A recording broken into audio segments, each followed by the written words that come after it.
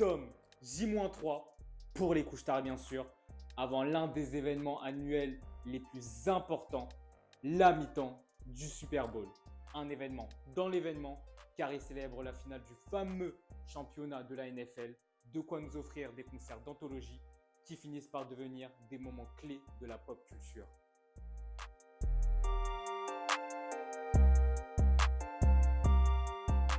Salut, c'est Stéphane et vous êtes bien sur Click & Culture. Ici, on parle musique, on parle ciné, on parle culture. Comme annoncé en intro, le sujet de cette vidéo sera la 58e édition du Super Bowl et plus précisément sa mi-temps, so let's go! Parce que oui, le moins que l'on puisse dire, c'est qu'en ce début de nouvelle décennie, nous avons eu le droit de sacrées masterclass niveau mi-temps. Shakira et J-Lo en 2020, The Weeknd en 2021, comme tout le monde les voit, les Avengers du hip-hop en 2022 et enfin Rihanna aka Bad Gal Riri en 2023. Et cette année, on a le droit à du lourd, du très haut niveau. Dis-leur ton truc.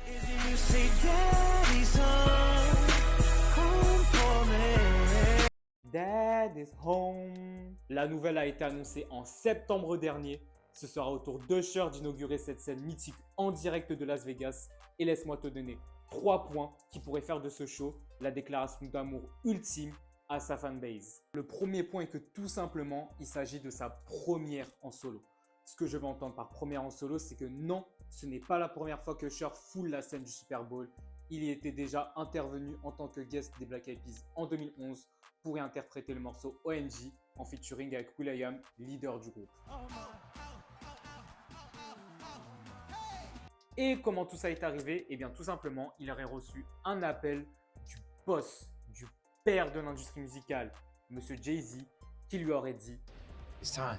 Super Bowl, I'm talking about the moment. L'industrie musicale, il faut dire que Usher est dedans depuis le début des années 90. Petit rappel, depuis 2020, les droits de la mi-temps du Super Bowl sont tenus par Jay-Z, droit qu'il a acquis suite à un long épisode de boycott de la part des artistes afro-américains en soutien à Colin Kaepernick. Bien que ce show soit attendu, il reste tout de même riche en suspense. Ce que je veux dire par là, c'est que bien sûr, les talents de showman d'Usher ne sont plus à prouver. C'est un performeur hors norme et nul doute que ce show sera de qualité. Mais le mystère reste entier en ce qui concerne la direction qu'il va prendre. Alors, si on doit se fier à ses dernières déclarations, on doit s'attendre à un hommage ultime au R&B. Mais une nouvelle rumeur est née suite à la sortie du dernier trailer, à savoir l'apparition surprise de Jungkook et J Balvin. Qu'en sera-t-il? Réponse dans 3 jours. Peu importe la direction qui sera prise, une chose est sûre, c'est que ce show est accompagné d'une promo de génie. Parce que oui, il sera précédé par la sortie d'un nouvel album intitulé Coming Home. Et Dieu sait que les fans d'Usher ont longtemps attendu un nouvel album de sa part. Parce que oui, son dernier projet solo remonte à 2016, c'était l'album Hard to Love.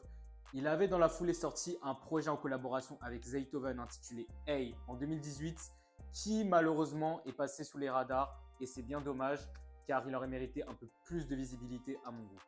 Parmi les chansons présentes, on retrouvera le fameux Good Good en featuring avec Summer Walker et 21 Savage.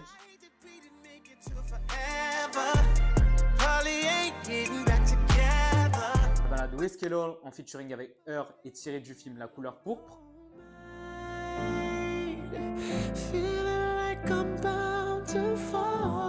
Puis le dernier extrait dévoilé récemment, Run en featuring avec Fears.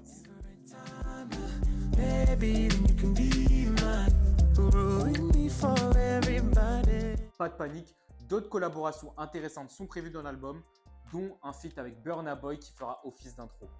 Et toi, qu'est-ce que tu en penses? As-tu hâte de voir ce Super Bowl? Ou du moins, cette mi-temps du Super Bowl? Donne-moi ton avis, like, commente. Et moi, je te donne rendez-vous mardi 18 h sur YouTube pour une vidéo consacrée à la backstory de tonton Usher Raymond.